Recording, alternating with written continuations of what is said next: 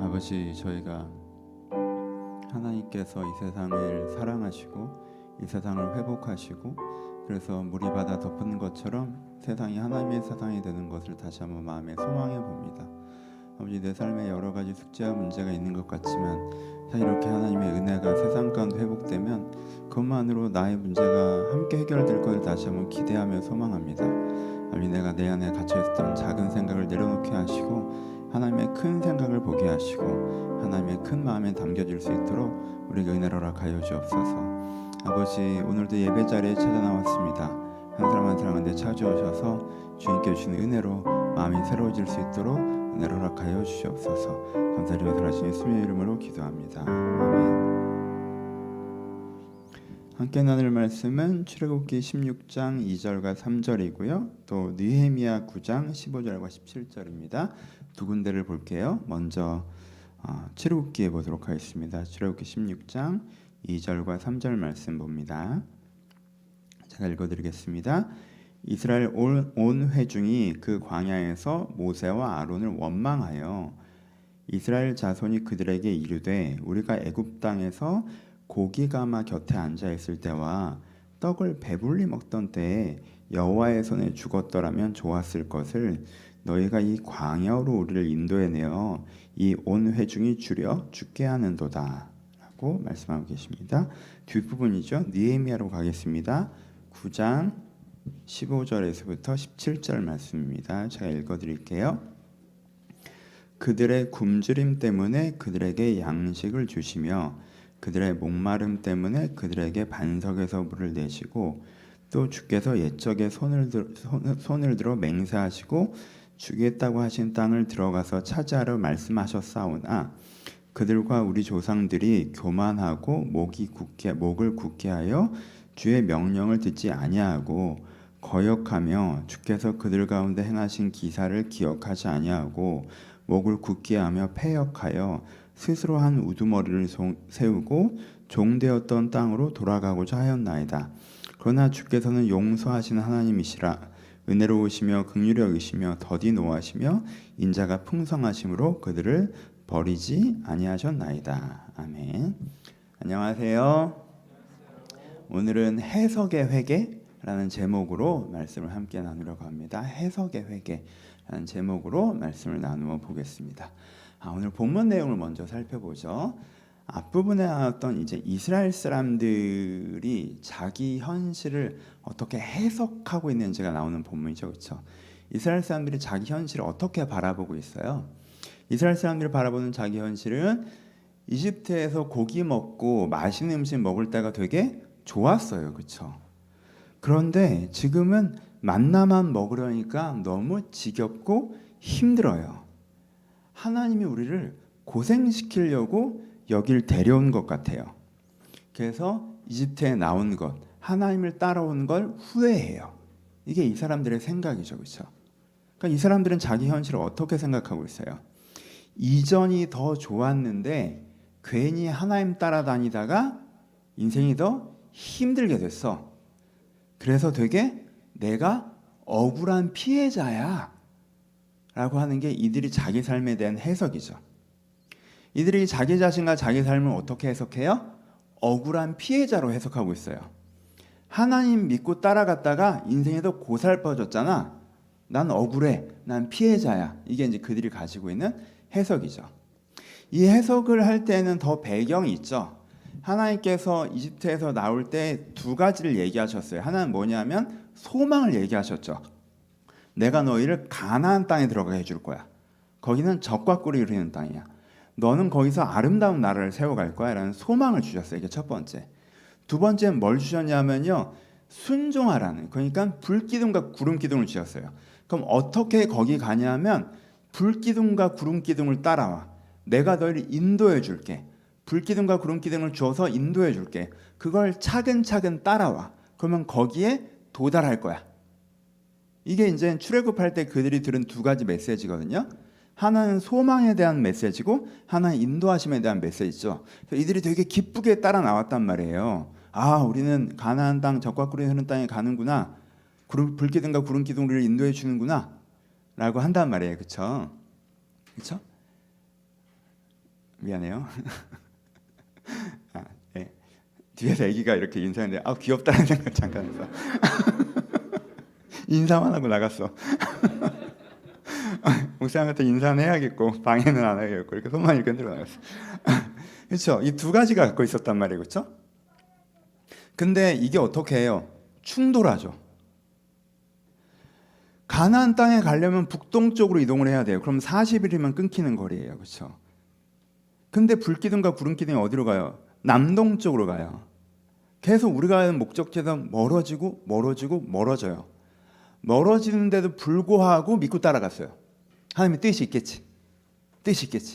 멀어지는데도 불구하고 믿고 따라갔는데, 믿고 지금 몇 개월을 따라왔는데 지금 있는 처지가 어때요? 광야 한복판이고 불기둥 구름기둥은 떠오를 생각을 안 하고, 이거 떠올라야 따라갈 거 아니야. 떠오를 생각을 안 하고 계속 이 자리고. 사람이 갈 곳이 있으면 계속 이동을 해야 속도가 늦어도 그렇잖아요. 여러분 차가 막힐 때 천천히라도 가야 소망이 생기잖아. 그럼 차가 아예 멈춰버리면 그때부터는 진짜 힘들잖아요. 차가 막힐 때 도대체 여기 어디까지 있어야 되는 거란단 말이에요. 근데 멈춰 있고, 여기 멈춰 있는 데는 어때요?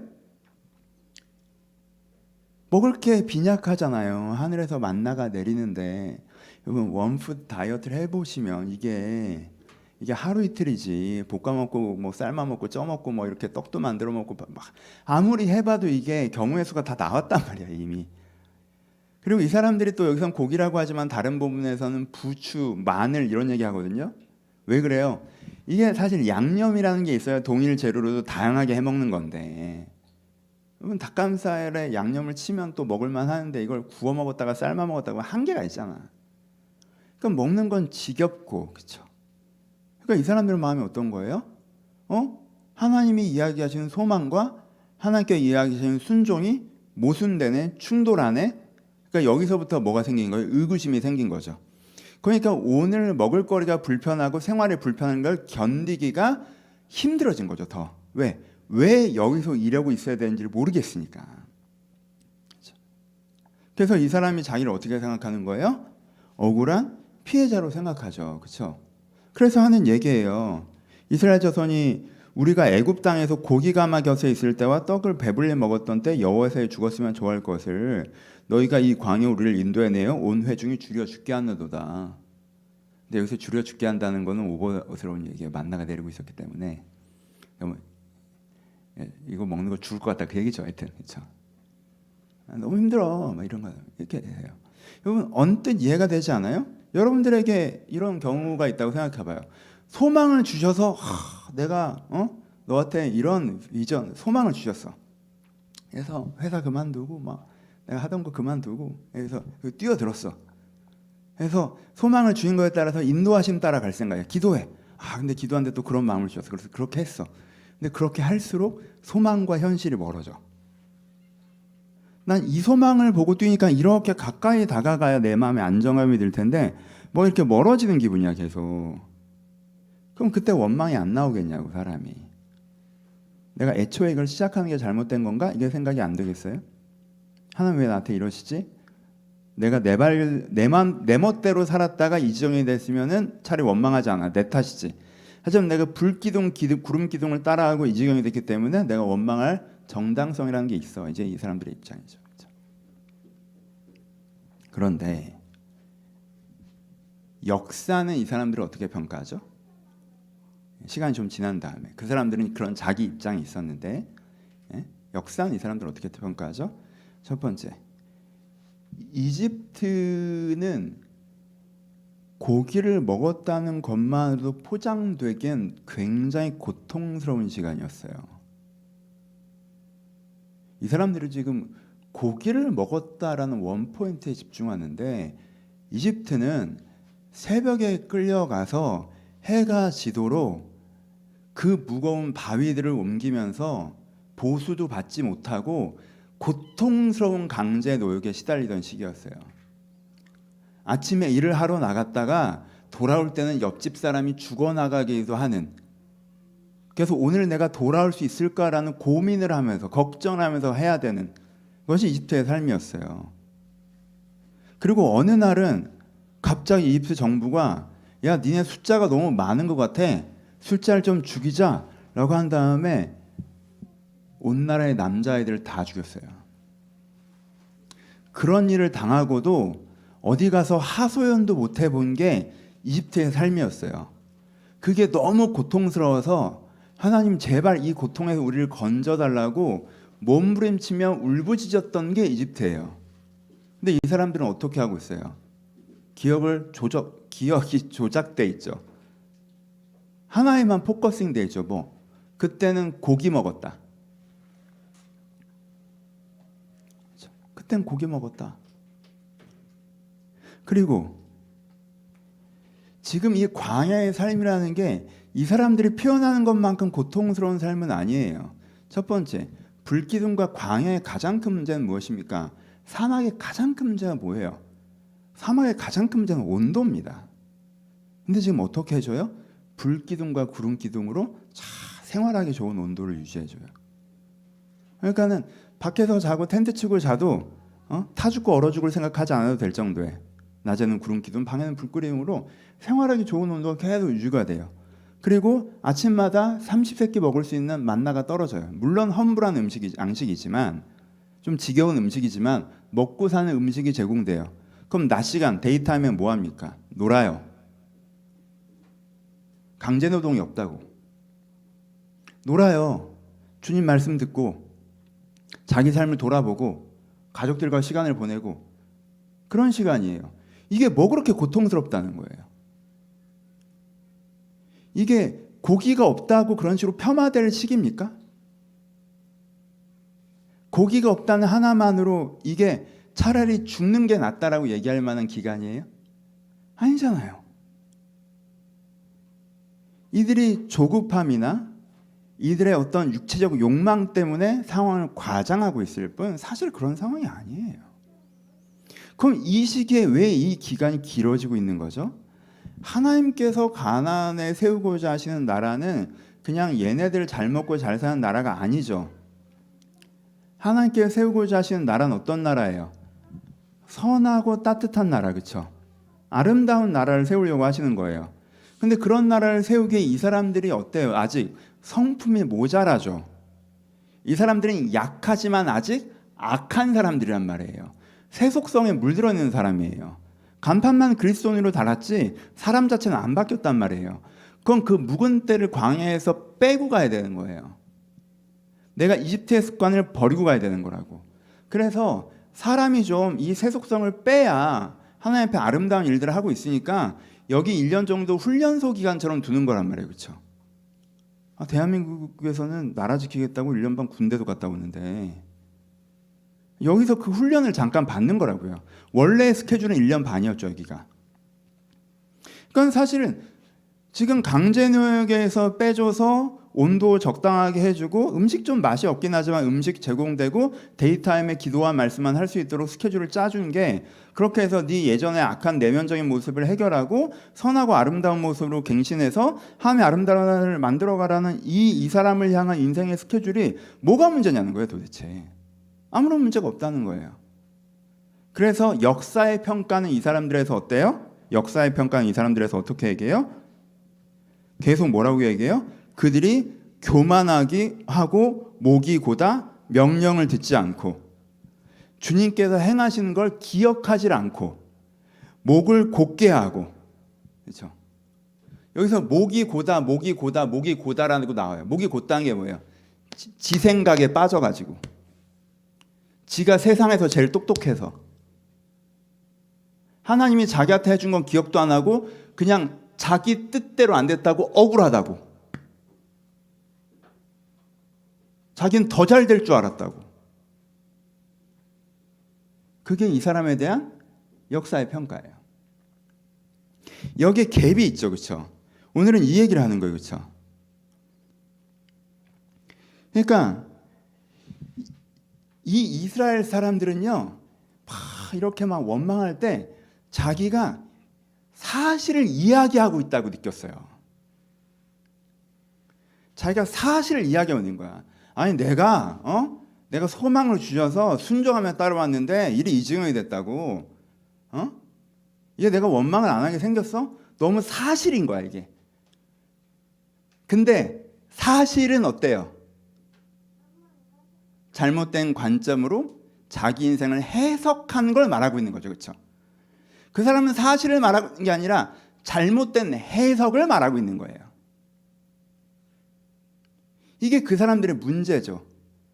이 사람들이 잘못된 자기 인생에 대한 해석에 사로잡혀서 내가 억울한 피해자인 것 같은 생각에 묶여 있어서 자기를 변화시킬 생각은 하지 않고 오히려 잘해왔던 삶의 스텝까지 망쳐버린 것 때문에 2년이면 끝날 일이 40년이 되죠. 2년이면 끝날 일이 40년이 돼요. 그렇게 한 건 누구예요? 무엇이에요? 잘못된 해석에 머리가 더러워진 거예요. 이 사람들한테 그러니까 가장 필요한 건 뭐예요, 지금? 해석의 회개예요. 이 잘못된 해석으로부터 벗어나는 거예요. 이런 생각의 함정에 빠져 있는 것에서부터 건져지는 거예요. 머리가 다시 이 더러워진 생각, 잘못된 생각에 더러워진 머리가 깨끗해지는 것이 이 사람들한테 먼저 필요했어요. 그게 됐다면 다른 일은 훨씬 더 순적하게 됐을 거예요. 오히려. 이런 부분이 뭐예요?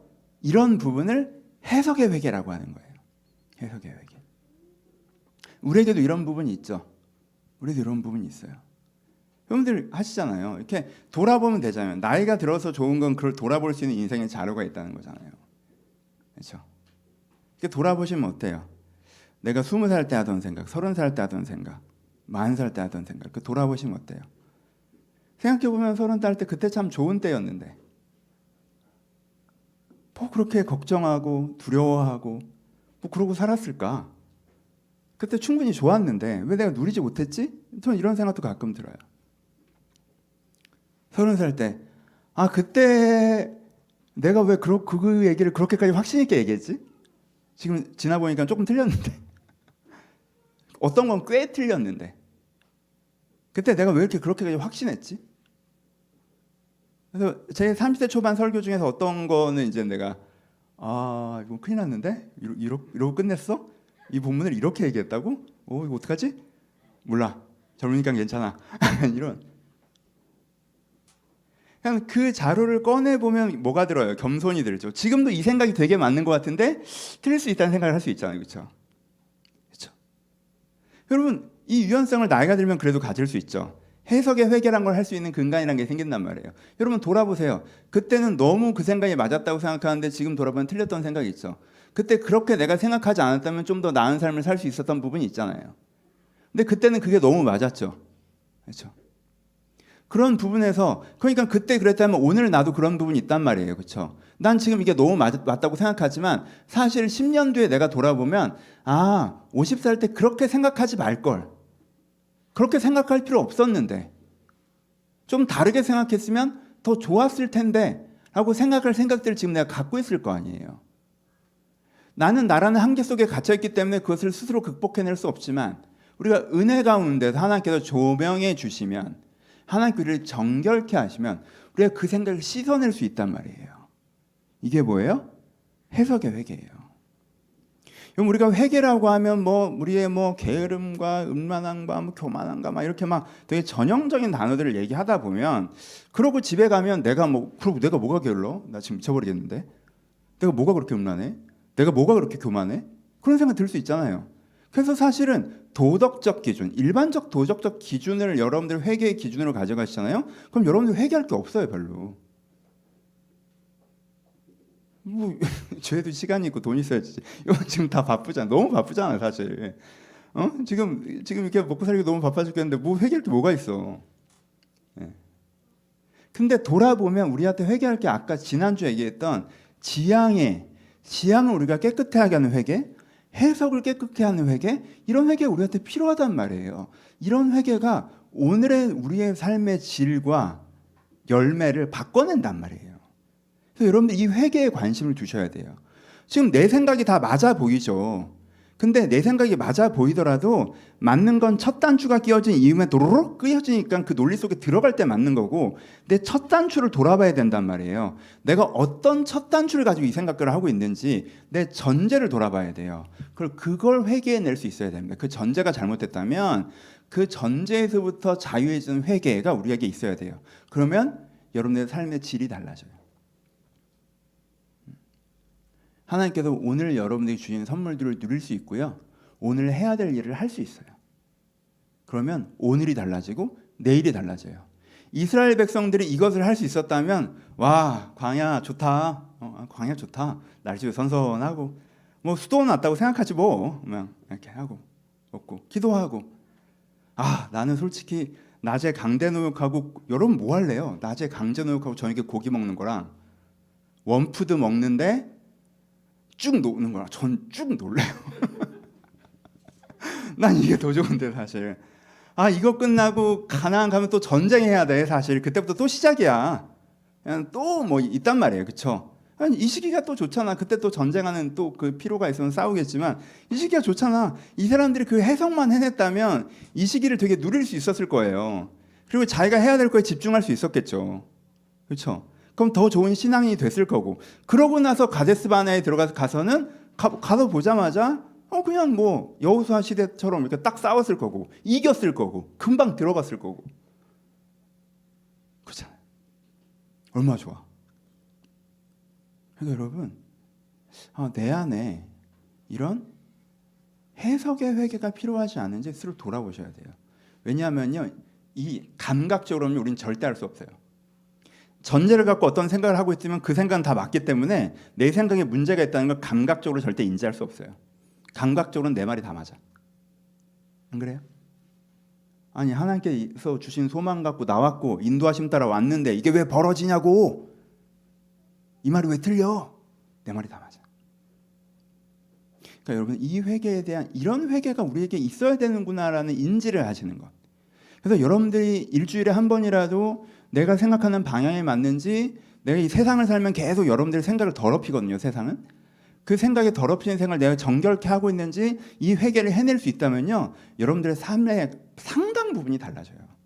우리의 삶에 뭐 환경의 문제인 부분도 있고 관계의 문제인 부분도 있지만 우리 삶의 어떤 부분은 이 생각이 더러워져서 생기는 문제예요. 그래서 불안하지 않아야 될 거에 불안해하고, 자랑하지 않을 걸 자랑하고, 집중하지 않아야 될 거에 집중하고, 집중해야 될 거에 집중하지 않고, 이렇게 해서 생기는 문제란 말이에요. 이 부분을 여러분들 꼭 기억하시고, 오늘은 여러분들이 영역을 인지하신 것 자체가 설교의 목표점이에요. 그래서 이 부분을 계속 강조했어요. 꼭 이 해석의 회개를 여러분들 기도 시간에 꼭 집어넣으셨으면 좋겠습니다. 느낀 다음에 기도한 건 아니에요. 이건 기도하면서 느낄 수 있어요. 여러분들 기도하시는 가운데 여러분의 생각이 뭐가 잘못됐는지 조명하심으로 깨닫는 은혜가 여러분들 꼭 있기를 축복합니다. 몇 가지 얘기를 더 해보죠. 그냥 일반적인 그냥 예를 좀 들어보면서 마무리하죠. 그러면 우리가 하는 해석의 그 실수들은 뭐가 있는가냐고 하면 전형적인 몇 가지 예를 들어볼게요. 일반인들, 그리스도인이 아닌 일반인들이 하는 자기 해석은요, 크게 이제 네 가지로 나눠져요. 일반인들은 무엇으로 자기를 해석하느냐? 첫 번째, 유행하는 사고방식으로 자기를 해석합니다. 요즘 유행하는 사고방식은 뭐예요? 우리나라에서 돈이죠. 그래서 요즘 한국 사람들은 돈으로 자기를 해석해요. 그래서 정말 우스꽝스러운 상황이 생깁니다. 정말 저 사람 자부심을 느껴야 될 만한 아름다운 인생, 존경받을 만한 아름다운 인생을 살아온 사람이 자기가 목사님 저는 아파트를 안 샀어요. 저 잘못 살았나 봐요. 저 주식에서 못 남았나 봐요. 저 이렇게 멍청하죠? 저 잘못 산 것 같아요. 하고 자기가 되게 못난 사람처럼 생각하고 있어요. 기가 막힌 얘기지. 진짜 좀 부끄러워야 되는 삶을 산 사람이 내가 부동산 투자 잘해가지고 난 돈 많이 벌었고 난 주식도 잘해서 더 많이 벌었어. 그러면 자기가 되게 성공한 사람인 것, 자기가 되게 존경받는 사람인 것처럼, 사람들이 나한테 와서 인생에 대해서 배워야 되는 것처럼 그렇게 생각을 해요. 왜? 요즘 유행한 건 돈이니까. 그렇죠? 요즘에 그런 영화가 유명하죠. 그럼 그렇게 돈과 편안의 관점으로 보면 인생 최고로 실패한 사람 중에 하나가 누구예요? 이순신 장군이잖아. 그렇잖아요. 이건 돈으로 인생을 해석하면 그 사람 인생이 성공한 인생이에요, 실패한 인생이에요? 어? 돈 많이 벌어서 요트 타고 비행기 타고 자는 게 성공한 인생이라고 한다면 이순신 장군은 어떻게 살았어요? 뭐 배는 많이 타셨으니까 성공하신 건가? 그게 요트인가? 어? 그렇잖아요. 이게 아니에요. 사람들은 또 그리스도가 없는 하나님 없는 사람들은 또 자기를 어떻게 해석하냐면요, 자기 중심적으로 해석합니다. 아니, 나라가 이게 문제고요, 사회가 이게 문제고요, 직장이 이게 문제고요, 가족들은 이게 문제고요, 애인은 이게 문제고요, 이게 문제예요 라고 막 문제점을 얘기해. 다 맞는 말 같아. 나름대로 논리가 있거든. 근데 쭉 들어본 다음에 전제를 보면 뭐가 보여요? 다들 그렇게 해주면 내가 편할 텐데 왜 안 그러는지 모르겠어요가 이 사람의 논리의 출발점이에요. 아니, 내 성격이 이러니까 가족들이나 친구들이 이렇게 해주면 내가 좋잖아. 날 이해해주면 내가 좋다고. 내 성격 이러니까 니네가 이렇게 맞춰주면 내가 좋잖아. 아니, 난 이러니까, 난 이렇게 살고 싶으니까 사회가 좀 이러면 좋잖아.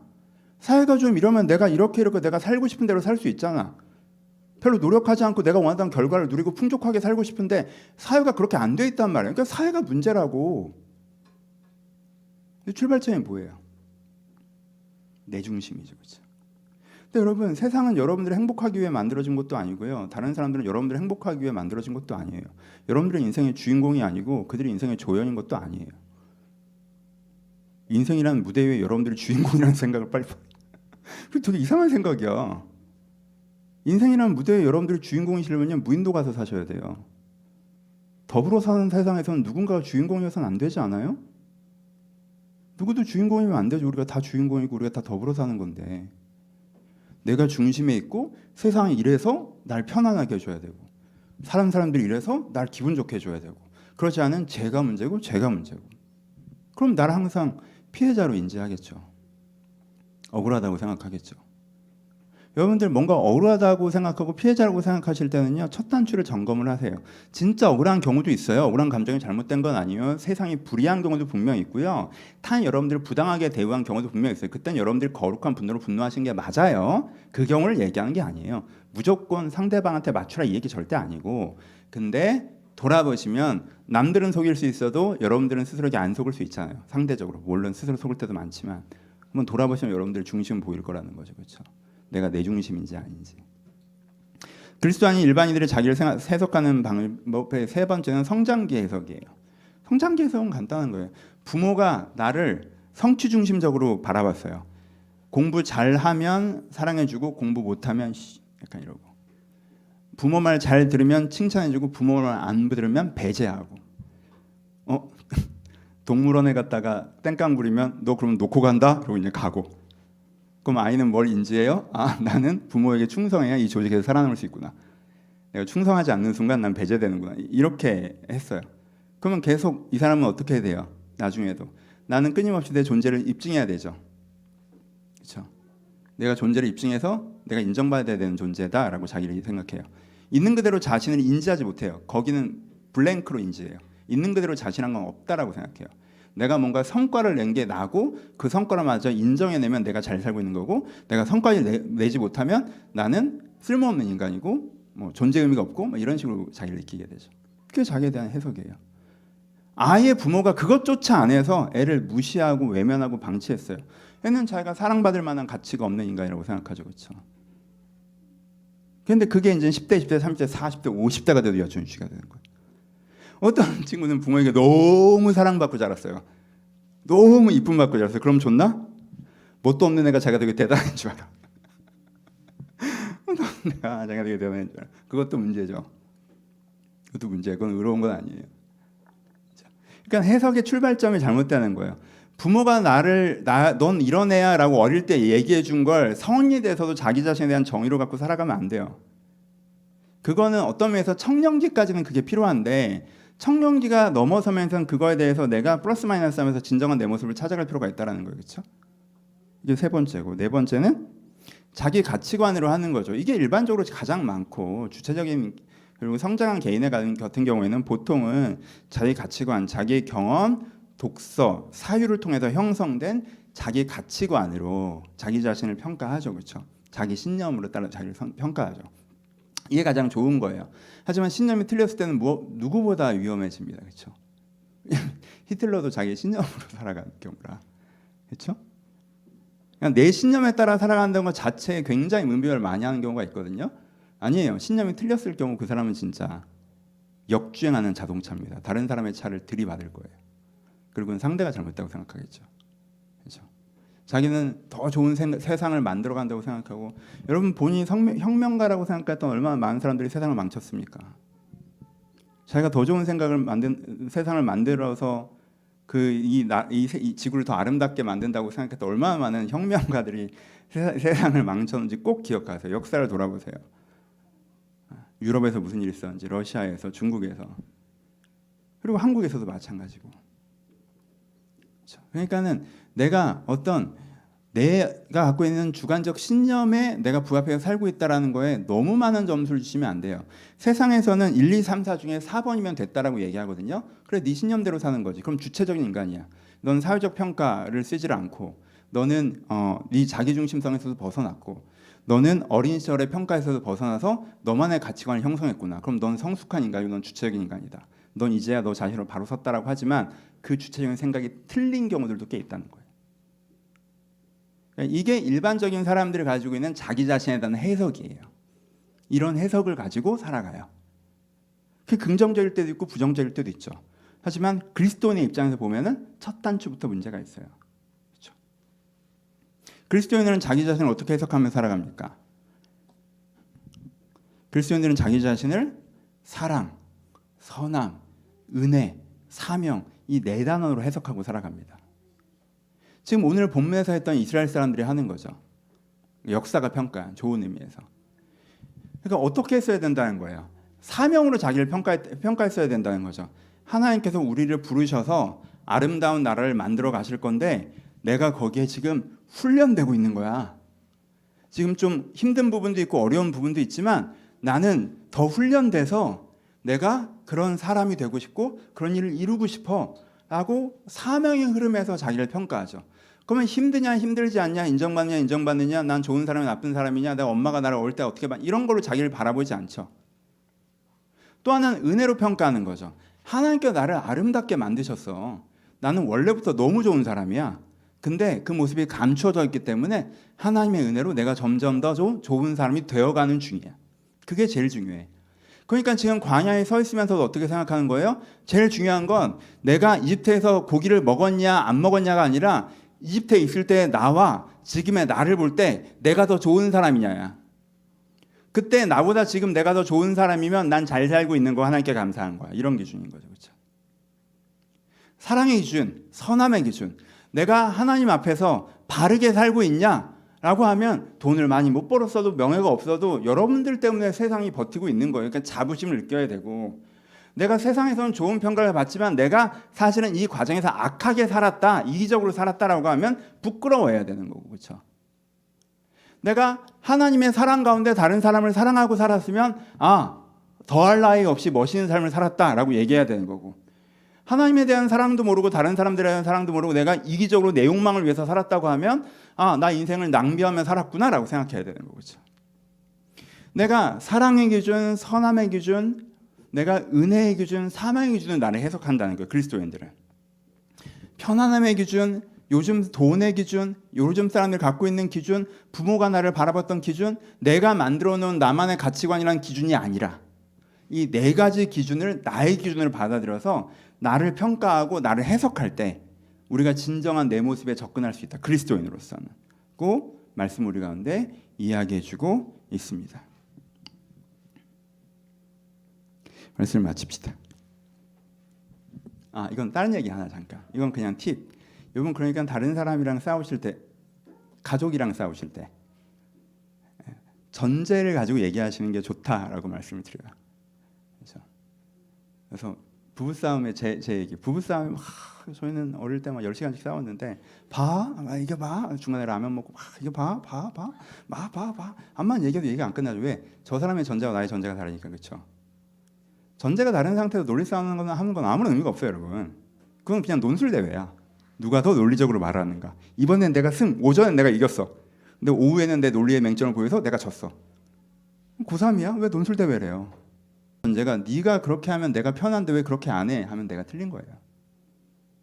그렇죠? 이렇게 전제를 보셔야 돼요.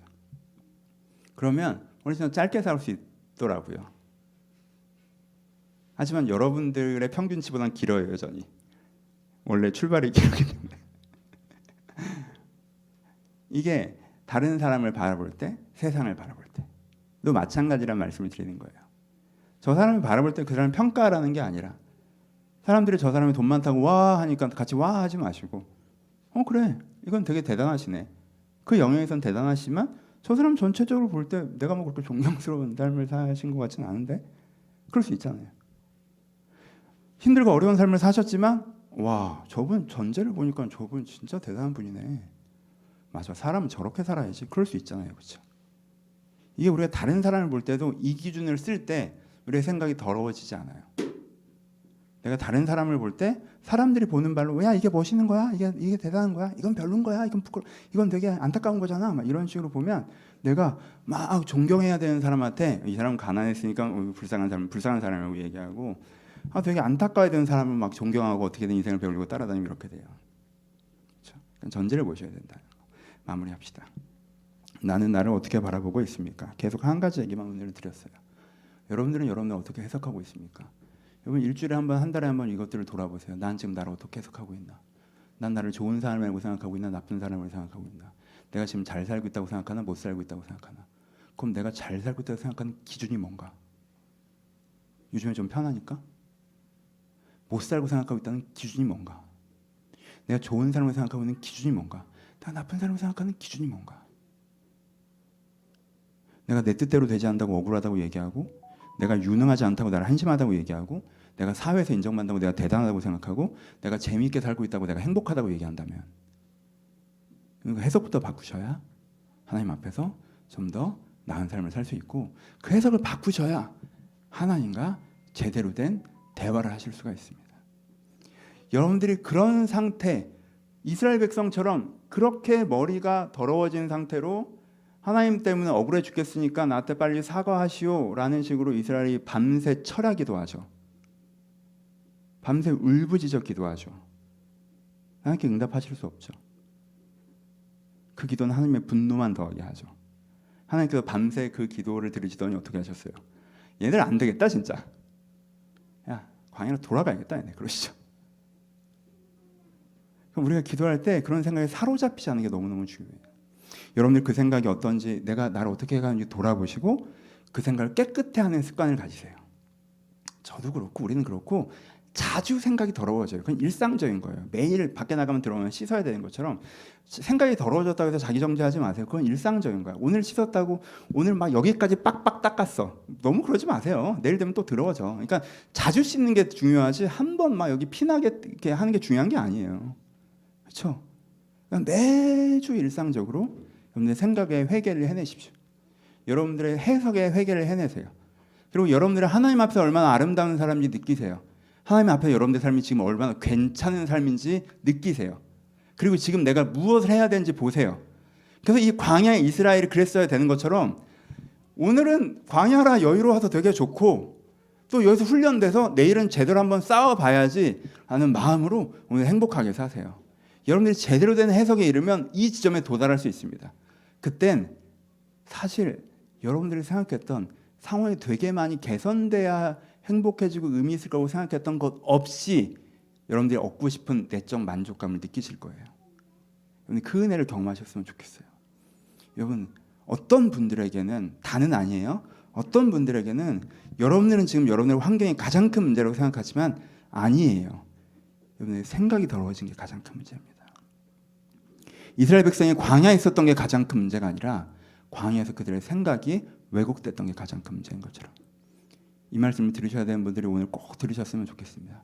그래서 여러분들의 생각을 정결케 함으로 말미암아 여러분들이 이미 좋은 환경에 있고 괜찮은 환경에 있고 과정 속에 있고 이 과정을 통해서 하나님께 아름다운 일을 이루실 거라는 기쁨을 오늘부터 느끼셨으면 좋겠습니다. 같이 기도하시겠습니다. 여러분들 한번 여러분들의 요즘 하는 생각, 내 삶에 대해서 내 자신에서 어떻게 생각하는지. 80%는 여러분 너무 한국 사람들은 나쁘게 생각해. 자기 되게 한심하게 생각하고 자기 되게 억울하다고 보고 후회도 많이 하시고 그러는데 일단은 좀 권면하고 위로합니다. 여러분 생각보다 잘 살고 계신 분들이 전 80%라고 생각해요. 여러분을 좀 인정해 주세요. 잘하고 계시잖아요. 잘하고 계세요 되게. 여러분들 선하게 살고 있고 따뜻하게 살고 있고 더 나은 사람이 되려고 하고 여러분 잘 살고 계세요. 그렇죠?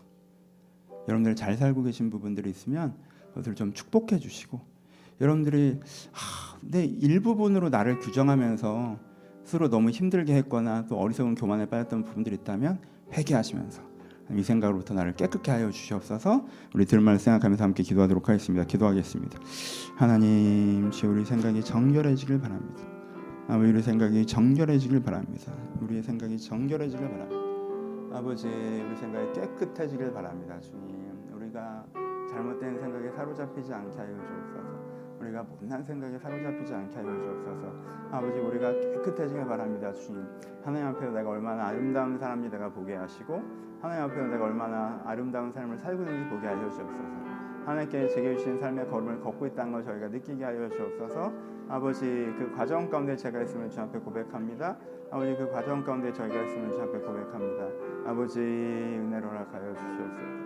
아버지 은혜로 허락하여 주시옵소서. 아버지 은혜로 허락하여 주옵소서. 아버지 저희가 그 과정 가운데 있습니다. 주님 저희가 그 과정 가운데 있습니다. 아버지 주님 저희가 그 과정 가운데 있습니다. 주님 은혜로 허락하여 주옵소서. 아버지 저희가 그 과정 가운데 있습니다. 주님 은혜로 허락하여 주시옵소서. 아버지 주님 내가 광야를 걷고 있습니다. 아버지 아름다운 시간입니다. 아버지 은혜로 허락하여 주시옵소서. 내가 이걸 알게 하여 주옵소서. 이거 내가 보게 하여 주옵소서. 이걸 내가 누리게 하여 주옵소서. 하나님 은혜를 주시옵소서. 하나님 은혜를 주시옵소서. 하나님 은혜를 주시옵소서. 아버지 은혜를 주시옵소서. 아버지 은혜를 주시옵소서. 아버지 내가 이 과정을 잘 겪게 하여 주옵소서. 은혜 가운데 잘 겪게 하여 주옵소서. 아버지 우리가 주님 안에서 걷게 하여 주옵소서. 주님 우리 가운데 은혜를 주시옵소서. 아버지 저희를 갖고 있는 어리석은 생각들을 주님께서 정결케 하여 주옵소서. 이들 가운데 있는 어리석은 생각들을 주님께서 정결케 하여 주옵소서. 아버지 이들을 정결케 하여 주옵소서. 아버지 이들을 정결케 하여 주옵소서. 이들을 정결케 하여 주옵소서. 이들을 정결케 하여 주옵소서. 아버지 이들을 정결케 하여 주옵소서. 이들을 정결케 하여 주옵소서. 아버지 이들을 정결케 하여 주옵소서. 이들을 정결케 하여 주옵소서. 아버지 주여 정결케 하여 주옵소서. 아버지 이들을 정결케 하여 주옵소서. 아버지 이들을 정결케 하여 주옵소서. 주님 저를 정결케 하여 주옵소서. 아버지 주여 저를 정결케 하여 주옵소서. 주여 저를 정결케 하여 주옵소서. 아버지 저를 정결케 하여 주옵소서. 주님 저를 정결케 하여 주옵소서. 아버지 저를 정결케 하여 주옵소서. 주님 저를 정결케 하여 주옵소서. 아버지 저를 정결케 하여 주옵소서. 아버지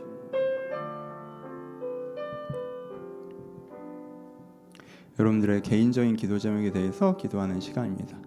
여러분 내면에 대한 설교를 주로 하다 보면 내면이 중요하지 환경은 안 중요해 라고 오해돼서 들리기도 해요. 그렇지 않아요 여러분.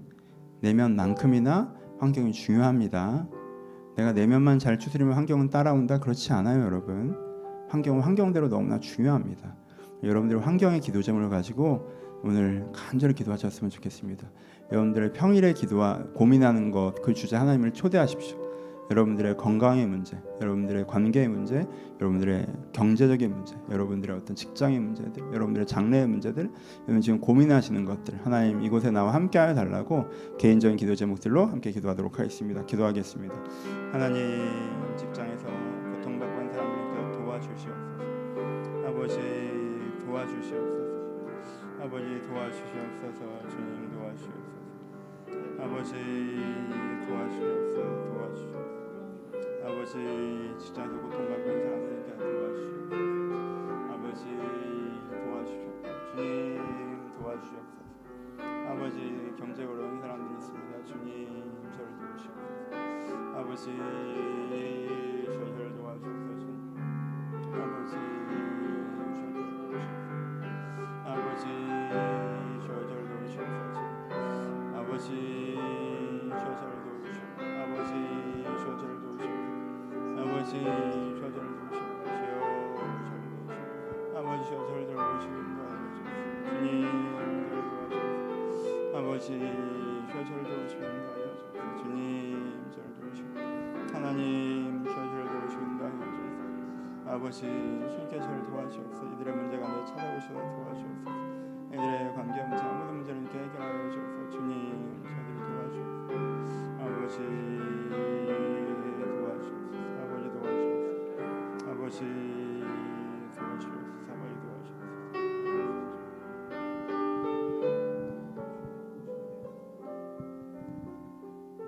우리 마지막으로 기도할 때는 주변에 어려움 당한 이웃을 위해서 기도하시는데, 특별히 여러분들 개인적인 아는 분들과 함께 수해의 어려움을 당한 이웃들을 기억하면서 기도해 주셨으면 좋겠습니다.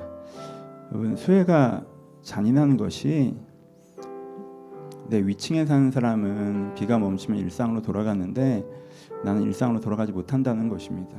그래서 몇몇 사람은 인생에 회복하기 어려운 타격을 받았는데 다른 사람에겐 그냥 하루 지나간 어제 비가 많이 왔지라는 일들이 되어버린다는 거예요.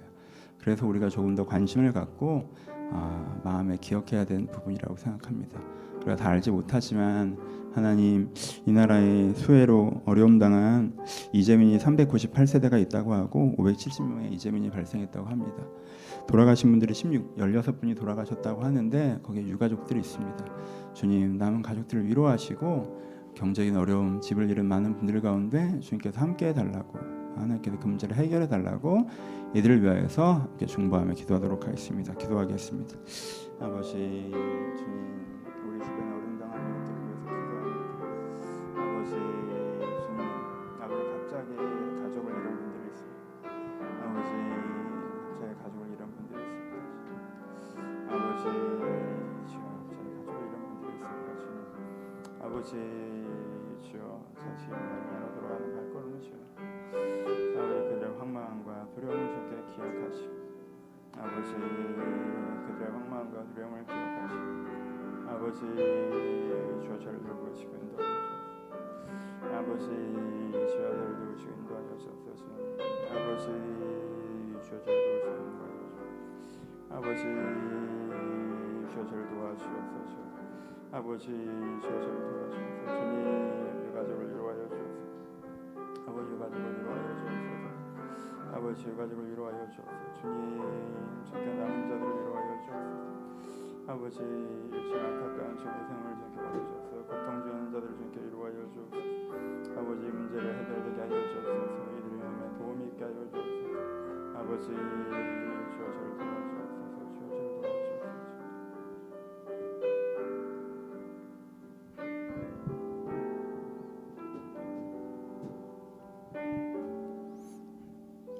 아버지, 살다 보면 생각을 빼앗길 때가 있습니다. 내가 이렇게 생각하던 사람이 아니었는데 어느 날 돌아보면 내가 엉뚱한 생각을 하고 있습니다. 아버지, 이런 더러워진 생각에서부터 제가 자유해지고 싶습니다. 내가 깨끗하게 생각하고 싶습니다. 내가 있는 그대로 나를 바라보고 내 삶을 바라보며 나의 가치와 내 삶의 가치를 알고 살아가는 사람이고 싶습니다. 아버지, 우리 가운데 이 은혜가 필요하오니 아버지, 우리 가운데 생각이 정결해지는 은혜를 허락하여 주옵소서. 우리가 회개할 때, 저희가 회개할 때 주님께 은혜 주사 저희 생각이 깨끗해지게 하여 주옵소서. 그래서 저희가 내 자신을 바라보고 서로를 바로 바라보고 우리의 삶을 바로 바라볼 수 있도록 우리의 눈을 열어 주옵소서. 주님께 각 사람의 은혜를 허락하시기를 소원합니다. 주님, 고통당한 이웃들을 위해 중보합니다. 저희가 잘 알지 못하지만 아버지, 자연재해로 말미암아 하루아침에 중요한 것, 소중한 것을 잃어버린 자를 주님께서 찾아가셔서 주님께 위로해 주시고 복구할 수 있는 것들을 복구해 주시며 아버지, 가난한 자, 고통당하는 자와 함께 하신 하나님을 그들 가운데 보여주시옵소서. 주님께 이루어 주시기를 기대하오며 이제 우리 주 예수 그리스도의 은혜와 하나님 아버지의 사랑하심과 성령님의 교통하심이 지금도 주님을 바라보는 모든 자들 가운데 이제부터 영원토록 함께 있을지어다. 아멘.